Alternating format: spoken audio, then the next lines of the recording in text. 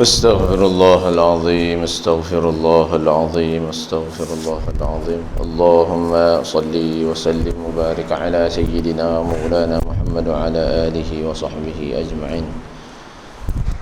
السلام عليكم ورحمة الله تعالى وبركاته. بسم الله الرحمن الرحيم. الحمد لله رب العالمين والصلاة والسلام على سيد المرسلين وعلى آله وأصحابه أجمعين. أما بعد، قال رب اشرح لي صدري ويسر لي أمري واحلل عقدة من لساني يفقه قولي. سبحانك لا علم لنا إلا ما علمتنا إنك أنت العليم الحكيم.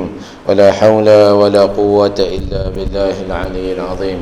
ولا حول ولا قوة إلا بالله العلي العظيم. اللهم ربي يسر ولا تعسر، ربي اتمم بالخير، ربنا زدنا علما وارزقنا فهما. Alhamdulillah, yang saya hormati pengurusi qaryah, sahabat saya dan seterusnya, ahli jawatan kuasa, tuan-tuan guru, tuan imam, tuan-tuan para pegawai masjid, tuan-tuan dan puan-puan, mudah-mudahan Allah Subhanahu wa taala merahmati kita, memberikan keberkatan dalam masa dan kehidupan kita, memberikan kita perlindungan daripada segala mara bahaya, bencana dan seterusnya daripada wabak yang menimpa kita COVID-19 ini. Mudah-mudahan Allah Subhanahu wa taala lindungi kita semua, kerana virus ini adalah makhluk yang sangat halus. Siapa pun tak akan menduga siapa yang akan terkena. Maka kita mohon perlindungan daripada Allah Subhanahu wa taala.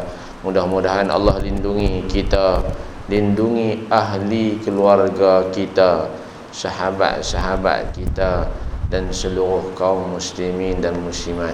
Dan kita doakan juga mudah-mudahan Allah Subhanahu wa taala kurniakan kesembuhan kepada saudara-saudara kita yang terkena penyakit ini. Mudah-mudahan Allah mudahkan urusan mereka, kurniakan mereka kesembuhan, dan kita doakan mudah-mudahan Allah ampuni mereka-mereka yang telah pergi dahulu dan telah terlibat dengan penyakit ini. Amin amin ya rabbal alamin. Jadi alhamdulillah, pada malam ni kita bertemu lagi. Mudah-mudahan Allah kurniakan kita keberkatan dan kesempatan untuk menambah ilmu kita. Sungguh pun kitab yang kita baca ni sudah biasa dibaca di tempat-tempat lain. Sungguh pun kitab yang kita baca ni bukanlah satu kitab yang besar, tetapi dia satu kitab yang penuh dengan keberkatan, mudah-mudahan. Dan walaupun kadang-kadang dia ada di kalangan kita yang pernah dah baca kitab ni di tempat lain, bila kita jumpa satu kitab ni tuan-tuan, dia bagaikan kita jumpa seorang kawan, seorang sahabat. Kalau kita jumpa kitab tu, kitab yang baru kita baca, macam kita jumpa sahabat baru kita. Apabila kitab tu kita dah pernah baca, kita ulang kali kedua, seolah-olah kita ni tuan-tuan bertemu dengan sahabat lama kita. Alangkah gembira tuan-tuan kalau kita ni seorang sahabat jumpa dengan kawan yang lama dah kita tak jumpa. Apa perasaan kita? Oh, tentu seronok sekali. Tentu seronok sekali. Begitulah keadaannya bila kita baca kitab-kitab ni tuan-tuan. Kalau tuan-tuan tak dapat merasai perasaan baca kitab sampai tara tu, tuan-tuan belum lagi pembaca kitab tuan-tuan. Sampai orang Arab dia buat satu syair lah. Satu syair menceritakan betapa dia sayang kitab dia, buku-buku dia sayang. Dia kata apa? Ala ya musta'iral kitab da'ni. Wahai orang yang suka pinjam buku orang, da'ni, tinggalkan aku, jangan pinjam buku-buku aku. Khana fa inna mahbubi fi dunya kitabi. Sesungguhnya kekasihku di dunia ini adalah kitab-kitab aku. Sampai tak tahu. Dia buat syair. Punya dia sayang buku-buku dia, tak bagi siapa pun pinjam. Sebab biasalah orang yang pinjam ni selalunya pinjam terus lah cerita dia. Bukan dia nak patah balik. Jadi orang yang sayang buku ni, dia tak bagi pinjam kitab dia sampai dia tulis syair, sampai tak tahu orang Arab. Jadi tuan-tuan lagu tu lah, dia sayang kitab dia sampai tak tahu. Baik tuan-tuan muslimin dan muslimat rahimakumullah. Kita juga perasan tak tuan-tuan?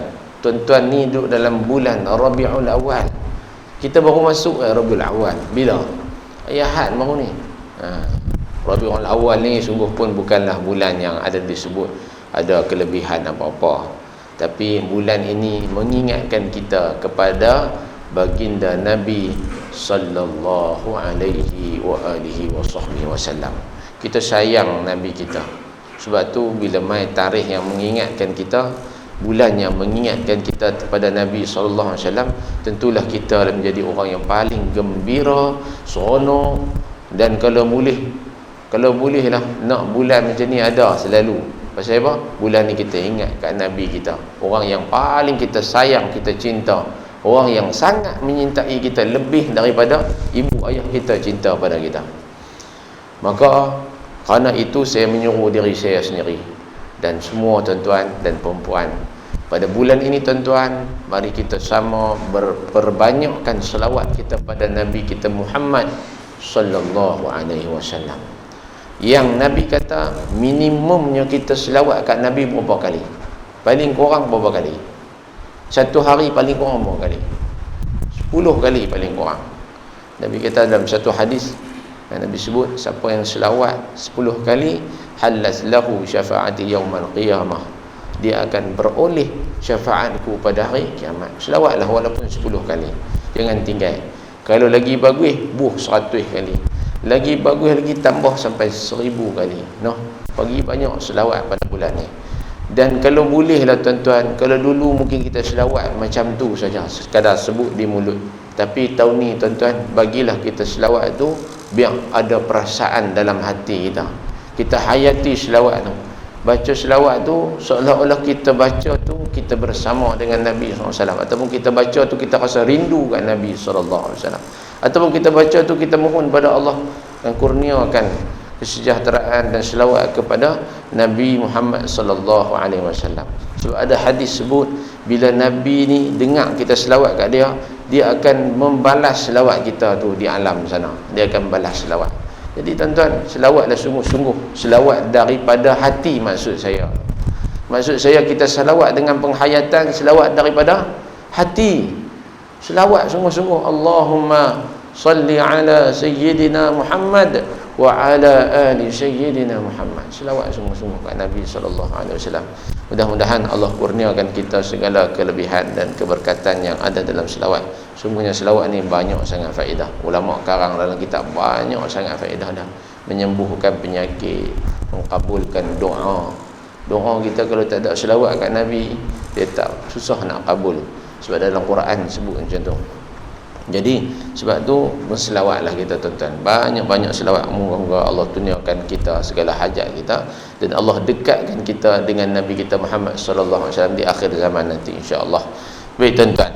Saya tak mau nak panjang mukadimah sebab kita punya masa pendek sangat. Jadi tuan-tuan, malam ni kita akan baca tentang kitab kita Nasaihul Ibad, Nasaihud Diniyah wal Wasaya Al-Imaniyah. Kitab ni nama dia.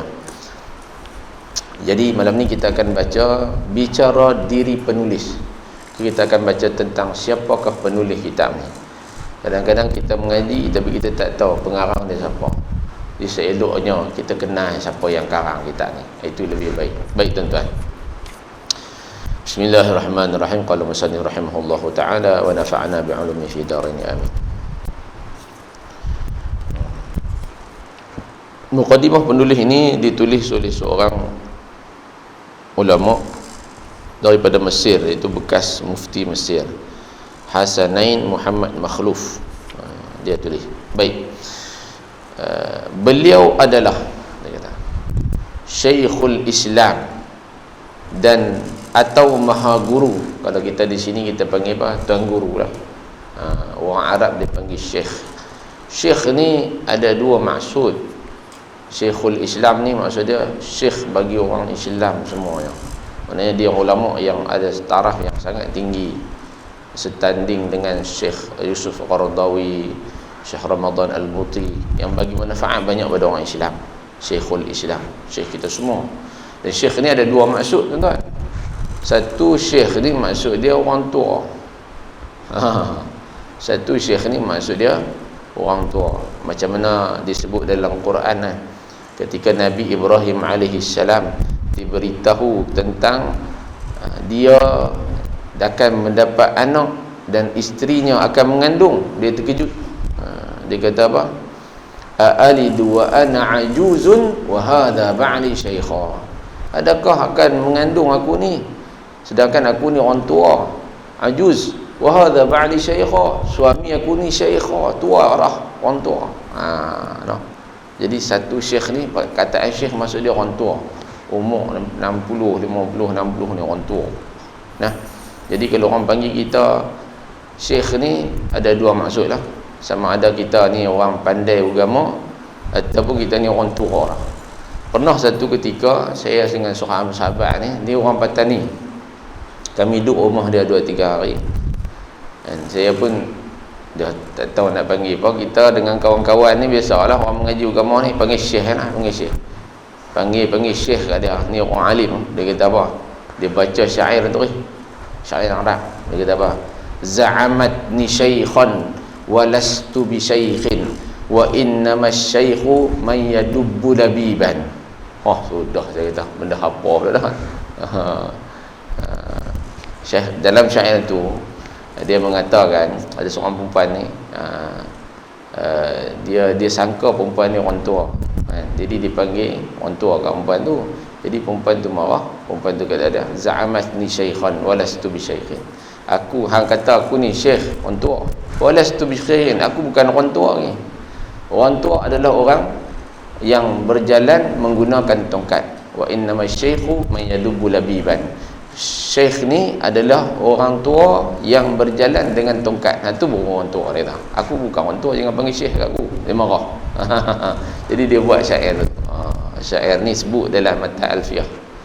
Dalam syarah apa nama Anwar Masyariq, bukan Anwar Masyariq, apa nama syarah tu. Jadi antara syarah-syarah matan Alfiyah bin Malik, saya lupa nama syarah tu. Baik tuan-tuan, jadi gitu tuan-tuan. Jadi syekh ni ada dua maksud. Satu maksud dia orang tua, satu maksud dia syekh yang orang yang ada ilmu tinggi dia, ilmu dia. Baik, beliau adalah Syekhul Islam, Maha Guru. Ataupun kita di sini kita panggil Tuan Guru lah, Tuan Guru. Penganjur dan pemimpin utama dalam jejak dakwah dan pendidikan dari keturunan Sayyid yang mulia. Dia berketurunan Sayyid. Sayyid ni kita kena faham, mereka ni adalah keturunan yang sangat mulia. Keturunan yang jalurnya sama ada mai daripada Hasan ataupun Husain. Mereka ni adalah keturunan daripada Sayyidatuna Fatimah. Keturunan ni sangat mulia berbanding orang lain. Pasal apa? Ada banyak sebab dia. Kerana banyak hadis yang bercerita tentang dia. Antara dia ketika mana Nabi SAW menyelimukan Sayyidina Ali, Fatimah, Hasan dan Husain. Nabi kata mereka ni ahlu baiti. Ahlu bait. Sebut ahlu bait ni ada sebut dalam Quran. Kan kita baca masa tahlil tu, tuan-tuan perasan nak tuan-tuan nak baca dalam tahlil. Innama yuridullahu liyudhhiba 'ankumur rijsa ahlal bait wa yutahhirakum tathhira. Jadi sebut dalam Quran mereka ni. Dan ahlul bait ni daripada mereka lah juga, daripada Hasan dan Husain ni akan keluar keturunan Imamul Mahdi. Nabi sebut dalam satu hadis, Al-Mahdi min itrati. Mahdi tu mai daripada jalur keturunanku. Min waladi Fatimah, mai daripada anak-anak cucu Fatimah. Nabi sebut. Sebab tu depa ni keturunan yang mulia, ada keberkatannya. Mereka ni ada orang-orang yang ada keberkatannya. Sungguh pun mereka ni kadang-kadang manusia biasa ada berbuat dosa dan sebagainya, tapi kita ni akhlak kita dengan mereka masih kita perlu menyayangi mereka, menyayangi mereka, mendoakan yang kebaikan untuk mereka. Dan kebanyakan pada mereka tuan-tuan menjadi alim ulama, kebanyakan pada mereka. Sampai hari ni pun ada lagi, ramai lagi di kalangan mereka yang berketurunan Sayyid ni menjadi alim ulama, tuan-tuan. Baik, jadi keturunan Sayyid yang mulia Abdullah bin Alwi Al-Haddad. Nama dia Abdullah bin Alwi Al-Haddad tu nama keluarga dia. Nama bangsa dia apa? Al-Alawi Al-Husaini. Ni semua gelaran-gelaran keluarga dia. Al-Haddad ni nama keluarga dia. Al-Alawi pun nama keluarga mereka juga. Al-Husaini maknanya dia mai daripada jalur keturunan Sayyidina Husain. Abang nama Hasan, adik nama Husain, anak-anak Fatimah. Seorang nama Hasan, seorang nama Husain. Al-Hadrami mai daripada Hadramaut di Yaman, salah satu bandar-bandar di Yaman. Al-Syafi'i makna dia mazhab Syafi'i, macam kita lah, kita mazhab Syafi'i. Al-Syafi'i ni maknanya dia memang mengaji sungguh lah mazhab Syafi'i. Kita nak buh saja Syafi'i boleh tak kita? Tak boleh, kita bukan mengaji sungguh-sungguh, kena mengaji fikir habis betul-betul sampai dapat jalur sanad dia boleh buh Syafi'i. Imam ahli zamannya, maknanya dia adalah orang yang alim pada zaman dia, yang sering berdakwah kepada Allah. Dia bukan takat menyampaikan ilmu, bahkan dia juga keluar mengejarkan dakwah, menyampaikan ilmu kepada orang-orang bukan Islam dan sebagainya. Berjuang untuk mengembangkan agama yang suci dengan lisan dan penanya. Dia duk mengajar, duk sampaikan ilmu. Bahkan bukan takat dia sampai bercakap saja, ada masa senggang dia tulis kitab. Masya Allah, hebat no? Sampai dia tulis kitab ni, tengok betapa tebal kitab ni, tuan-tuan. Tebal sungguh. Manfaat kitab ni rata apa, pelosok dunia baca kitab ni kan, diterjemahkan. Asalnya bahasa Arab, diterjemahkan dalam bahasa kita. Tu kata berjuang dengan agama dan dengan lisan dan penanya, dengan mulut dan bahkan menulis kitab lagi. Masya Allah, hebatlah. Bukan senang, tuan-tuan. Kita nak tulis surat, satu muka surat pun jenuh, tuan-tuan. Balik tak percaya, pegang pensel tulis tengok sikit kan. Bila nak habis tulis pun tak tahu kan. Bukan senang. Depa ni ulama hebat, tuan-tuan. Tutup guru ni kadang-kadang sebulan saya keluar buku, sebulan saya keluar tulis satu kitab. Masya Allah. Bila masa dia tulis pun kita tak tahu. Padahal kalau kita tengok perhati setengah ulama ni, dia pun sibuk dengan dakwah, pergi ceramah kata dunia kan, ceramah. Tapi tengok-tengok saya ada buku buat keluar, dia tulis buku baru, jawab satu isu-isu tertentu. Ya Allah. Bila masa dia tulis pun tak tahu. Kalau tengok masa dia, memang dia sibuk, tapi tiba-tiba dia tulis kitab. Allahu Akbar. Berkat tu, kata berkat hidup dia Allah bagi. Walaupun masa dia sikit, dia banyak dapat bagi manfaat. Tu berkat, tuan. Baik. Yang menjadi tumpuan dan rujukan orang ramai dalam ilmu pengetahuan.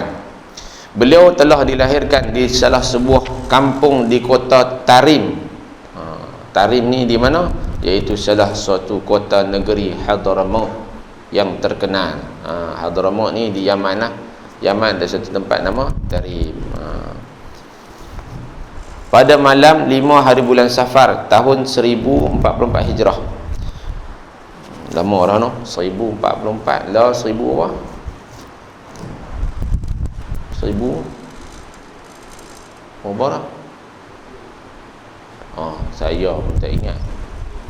1440 42 41 42. Lama orang no. Dia lahir lebih kurang 400 tahun dah.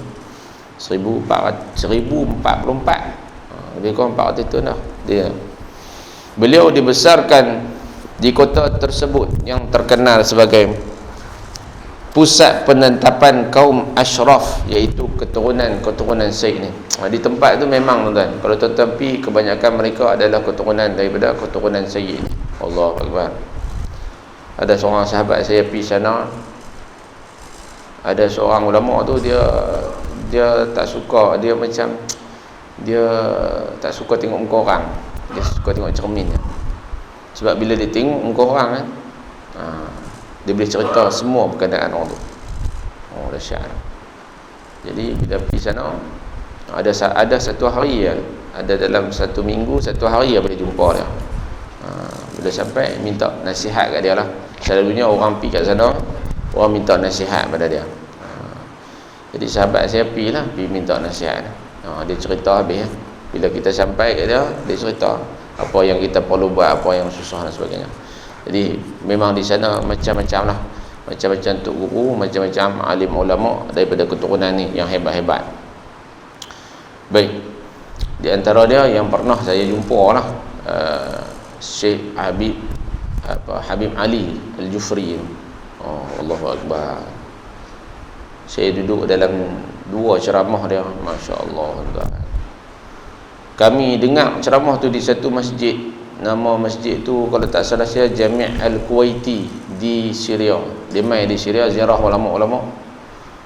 Masjid tu boleh muat kat 20,000 orang. Besar masjid tu. Penuh orang masjid tu. Kami nak masuk sampai tak boleh masuk. Punya ramai orang, tak boleh masuk. Saya sampai dekat pintu ya. Dekat pintu, masuk sikit daripada pintu tu. Tu pun dalam keadaan berdiri, tuan-tuan. Tak boleh nak duduk pasal terlampau padat orang. Berdiri, saya duduk berdiri tengah-tengah pintu tu, duduk berdiri. Sagi orang belakang tolak, kita pun ke depan. Orang depan pula tolak pun tepi belakang. Orang tepi tolak, kita duduk terbang ambing macam lalut tu. Punya ramai orang nak dengar ceramah dia. Syekh Habib Ali Jufri ni, sahabat saya yang pergi dengar ceramah dia di Yaman, di masjid mereka di Hadramaut tu. Pergi dengar di sana, tuan-tuan. Di tempat tu nama dia, kalau tak salah, Darul Mustafa. Dia cerita kalau ceramah dia di masjid mereka tu, ambulan tunggu kat luar. Pasal apa? Selagi ada orang pengsan. Dengar ceramah dia, teriak tadi pengsan. Lepas tu ambulan ambil pergi hospital. Lalu tu. Memang ceramah dia malam tu, saya sambil duduk berdiri tu, dengar dia cerita pasal kita ni lupa kat Allah. Teriak habis semua orang ni, tak kira siapa pun, besar kecil tua muda semua teriak bila dia sebut kita lupa kat Allah. Allahu Akbar. Dengan Allah beri kita semua segala-galanya, kita lupa kat Allah. Teriak semua orang, tuan. Tak pernah saya dengar semua hidup saya ceramah yang sebegitu menyentuh hati. Saya bawa seorang kawan saya, dia baru sampai daripada Malaysia, mai ke Syria 2 minggu ya. Baru mai 2 minggu, tuan-tuan. Bahasa Arab pun tak faham. Macam Bangladesh mai kita lah. Baru 2 minggu, apa cakap pun tak tahu. Dia tahu merah biru lah. Baru petrol lah. Itu dia tahu. Dia ni tak faham kat bahasa Arab, baru sampai. Saya bawa, jom kita pergi dengar ceramah Syekh Habib. Pergi dengar, tuan-tuan. Masya Allah. Dengan dia menteriak. Balik ceramah tu saya tanya dia, hang teriak pasal apa? Hang faham ke? Dia kata aku tak faham, tapi tak tahu. Dia kata aku dengar dia cakap pun hati ni rasa sebab lah. Aku pun teriak dia kata. La ilaha illallah. Tu dia dahsyat tu.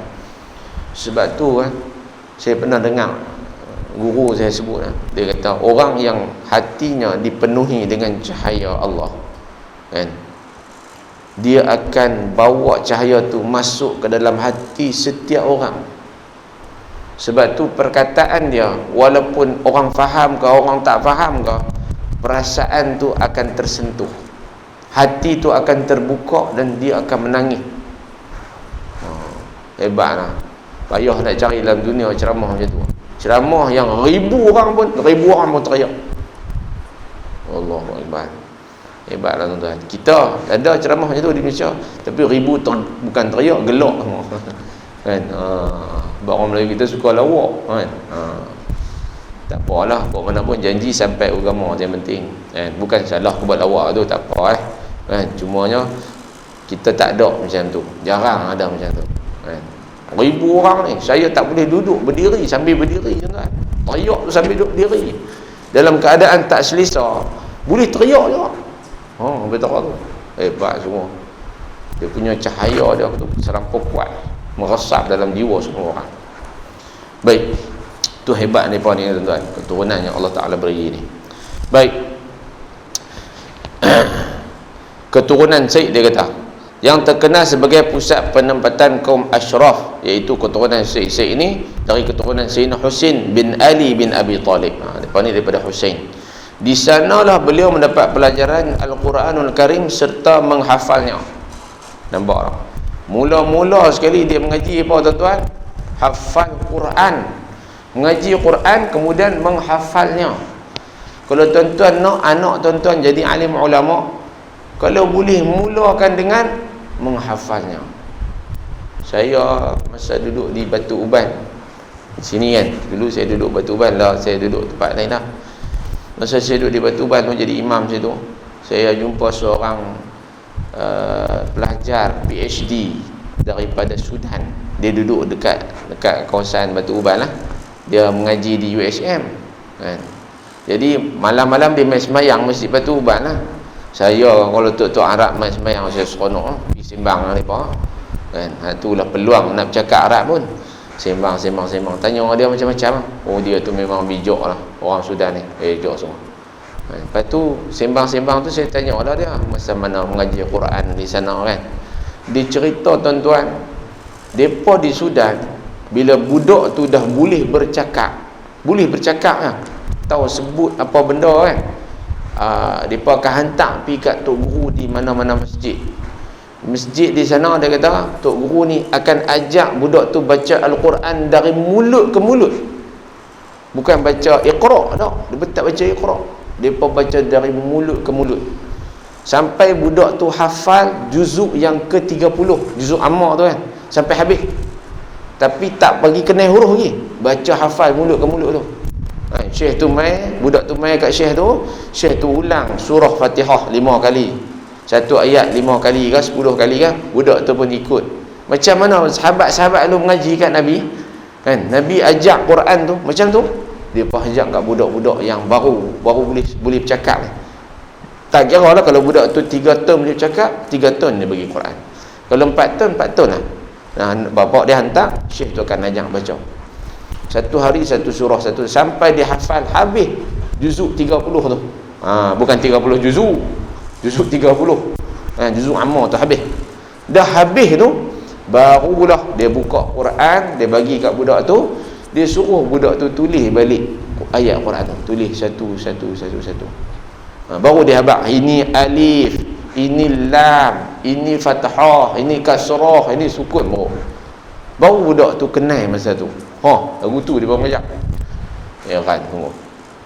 Dia kata sampai keluar dia hafal 30. Lepas pada tu dia hafal 30 juzuk. Kira habis sekolah rendah 30 juzuk dalam kepala. Tok-tok Arab ni. Lagu tu dia. Ni di Sudan lah.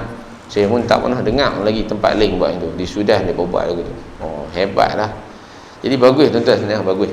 Sebab budak-budak ni kalau hafal Quran masa kecil, dia ingatan kuat. Bila dah macam kita ni tuan-tuan, payah dah kan. Dia hafal boleh ke, tapi segi dia pelan-pelan lupa. Tu imam hak duk baca sujud sejadah pagi Jumaat setiap kali pun kadang-kadang tersyasyul juga.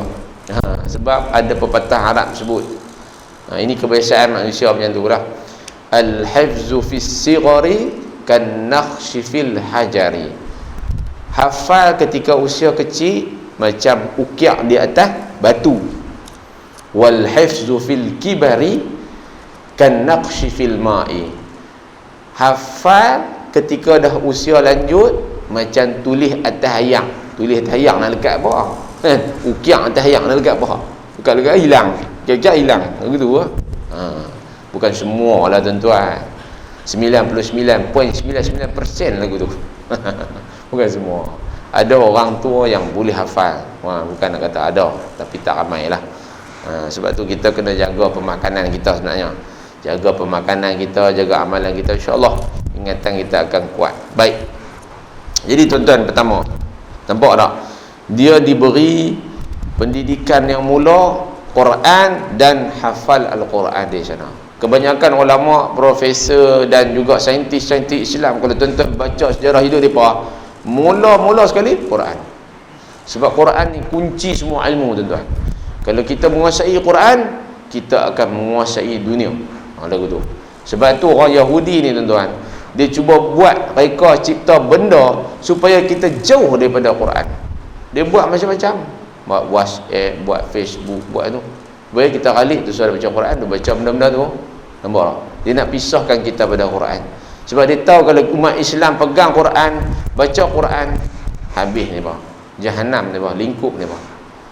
Sebab tu kalau nak jadi apa nama di Palestin, kalau nak jadi apa nama Brigade Al-Qassam tu, hak komando hak hebat ni bah tu, hak tutup muka semua tu. Kalau nak jadi hak tu kena hafal Quran. Kena hafal Quran, lepas tu kena solat subuh berjemaah. Takbir yang pertama selama beberapa bulan. Ada yang kata 4 bulan, ada yang kata 6 bulan. Kena sembahyang subuh berjemaah. Takbir pertama. Baru boleh jadi Brigade Al-Qassam tu. Sebab tu Brigade Al-Qassam tu, tentera Yahudi kata apa? They are like ghosts. Mereka ni macam hantu. Tembak kat sini hilang duk tahun ni, pula tembak tahun ni hilang duk tahun ni. Ya. Tuhan bagi pertolongan. Macam hantu. Hilang pergi hilang mai. Baik. Sebab apa? Dan mereka juga dikenakan hafal Quran. Brigade Al-Qassam ni bukan dekat amalan dia tu, hafal Quran, mesti hafal Quran. Kalau tidak tak boleh jadi Brigade Al-Qassam. Baik tuan-tuan, saya bukanlah nak galakkan tuan-tuan pakai jadi Brigade Al-Qassam belakang. Nah, abang kata hafal Quran tu. Hafal Quran tu penting tuan-tuan. Penting sangat-sangat. Dan kalau kita ada anak-anak, cucu yang hafal Quran tuan-tuan, bagi galakkan yang banyak kat dia dan sokongan yang cukup besar pada dia. Sebab orang yang hafal Quran dalam keadaan menghafal tu tuan-tuan, dugaan dia cukup besar, cukup banyak. Syaitan ni akan cuba sedaya upaya mematahkan semangat dia untuk dia hafal. Bukan senang tuan-tuan, ujian cukup banyak. Tu cerita dia nak hafal Quran. Sebab tu tuan-tuan, kalau ada anak cucu yang hafal, tuan-tuan kena tolong bantu sama-sama. Beri sokongan moral, beri sokongan apa yang perlu untuk mereka ni menghafal dengan baik. Baik tuan-tuan, di masa kecil Syekh kita ni Abdullah bin Alwi Al-Haddad ni kehilangan pandangannya, kehilangan pandangan matanya disebabkan tekanan penyakit cacar. Akan tetapi Allah Subhanahu Wa Taala telah menggantikan pandangan lahir itu dengan pandangan batin. Beliau terus menuntut ilmu agama dan mendalaminya sehingga menjadi pintar dan jaguh dalam segala selok beloknya. Tengok, walaupun Allah tarik penglihatan dia tuan-tuan, tapi Allah kurniakan ilmu kat dia oleh yang hebat. Sedangkan kita tidak pun ditarik penglihatan kita, tapi kita tak pun jadi macam dia pun. Sebab apa? Sebab kita ni lemah sangat-sangat. Kita ni lemah, kita ni banyak sangat alasan dia. Sebab tu kita tak jadi apa. Dia walaupun tak nampak, tapi dia berusaha untuk mendalami ilmu sampai dia jadi alim. Sebab tu kita walaupun tak kira usia berapa pun tuan-tuan, tak kira, kalau kita pulun tuan-tuan, kita akan dapat ilmu tu. Man jadda, Nabi kata wajada. Siapa usaha, dia dapat. Sebab tu mengaji ni tuan-tuan, kalau boleh pakai carilah kitab, pakai cari kitab insya-Allah. Baik tuan-tuan. Kemudian beliau mendampingi para ulama yang terkenal di zaman dia. Ni. Nombor satu, dia usaha untuk ilmu agama dan dia mendalami ilmu tu. Walaupun dia ni mata tak nampak. Kemudian yang kedua, dia pergi mendampingi alim ulama, pergi duduk dekat dengan mereka, pergi mengaji dengan mereka, pergi berkawan dengan mereka. Kita kadang-kadang bukan orang sini lah, kadang-kadang tu orang lepas lain lah ni. Ni mungkin orang belah selatan Burkina Faso ke apa, tak tahulah. Kalau sebut tok guru ya, ajak pergi rumah tok guru ya, kadang-kadang tu dia takut. Dia kata segan nak rumah tok guru. Takut sampai-sampai tok guru tengok muka kita, dia ni kena marah dengan tok guru. Takut apa kan? Lagi sebenarnya lagi kita ni lemah, lagi kita ni tak pandai, kita lagi kena piduk dekat tok guru. Sebab tok guru ni lah yang akan perbetulkan kita. Macam mana pasu bunga tuan-tuan, kita tanam pokok, dalam pasu bunga tu nanti ditumbuh rumpai-rumpai tu. Siapa yang akan buang rumpai tu? Rumpai-rumpai tu yang akan menyusahkan pokok ni, yang akan mematikan pokok ni. Siapa yang nak cabut rumpai ni? Tok guru lah. Tok guru akan cabut rumpai ni, bersihkan dia, menyebabkan pokok tu hidup dan mekar segar. Begitulah keadaannya kita. Bila kita ni tak bagus, kita piduk dekat ulama, ulama yang akan tegur, memperbetulkan kita. Sungguh pun kadang-kadang teguran dia tu kasar, yang menyebabkan kita ni kasar di hati ni, tapi itulah yang memberi kesan dalam kehidupan kita. Itu yang akan mencantikkan, menjadikan kita seorang manusia, insan yang berguna satu hari nanti. Macam mana pedang, tuan-tuan, nak jadi pedang yang cantik, tuan-tuan, dia kena canai dengan tukang besi kena hampuk kuat-kuat, barulah jadi pedang yang hebat. Macam itulah Tok Guru, tuan. Kalau tuan-tuan bisa duduk dekat dengan Tok Guru, tuan-tuan tahulah macam mana mereka. Kan? Mereka akan tegur kita tu, sambil lewa ya. Walaupun duduk tengah makan pun, dia sindiak lagu tu kan.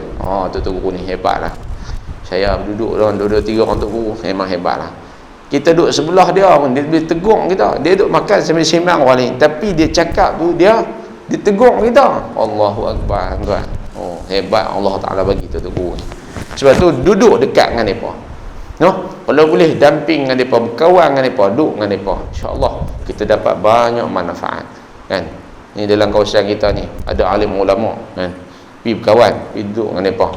Kan? Kalau boleh hari-hari jumpa mereka, kan? Baik tuan-tuan. Sambung dah. Kemudian beliau mendampingi para alim ulama yang terkenal di zamannya, sehingga Allah Ta'ala mengurniakan kekuatan menghafal yang sangat menakjubkan, sampai dia boleh ingat semua benda, serta kefahaman yang sangat luar biasa. Tu keberkatan bila duduk dekat alim ulama ni. Satu cerita lah tuan-tuan, saya nak kongsi. Beberapa tahun yang lalu, ada sahabat-sahabat ni, kita buat ziarah lah kepada satu guru pondok di sekitar Kedah. Jadi satu Tok Guru tu di Bali, kami pergi ziarah. Yang kawan seorang ni, dia kata dia ni sakit kaki, malam main futsal, kaki tergeliat. Macam mana nak pergi kat Tok Guru? Saya kata tak apa, pergi lah. Peluang macam ni bukan nak main selalu. Bila dia pun tak apa lah, pergi jugalah. Biasalah manusia ni tuan-tuan, kadang-kadang bila nak pergi Tok Guru ni macam-macam ada. Dia nak main alasan tak mau pergi tu. Pasal apa? Takut Tok Guru tengok muka, dosa keluar muka, dia bayang tu. Tak apalah, saya kata pergilah bang, kita bukan jalan kaki, naik kereta, kan? Tak apa, pergi. Sampai rumah Tok Guru, jumpa Tok Guru duduk. Masa tu Tok Guru tu duduk ambil serai, bukan ambil serai, ambil kunyit kot, duduk korek ambil kunyit.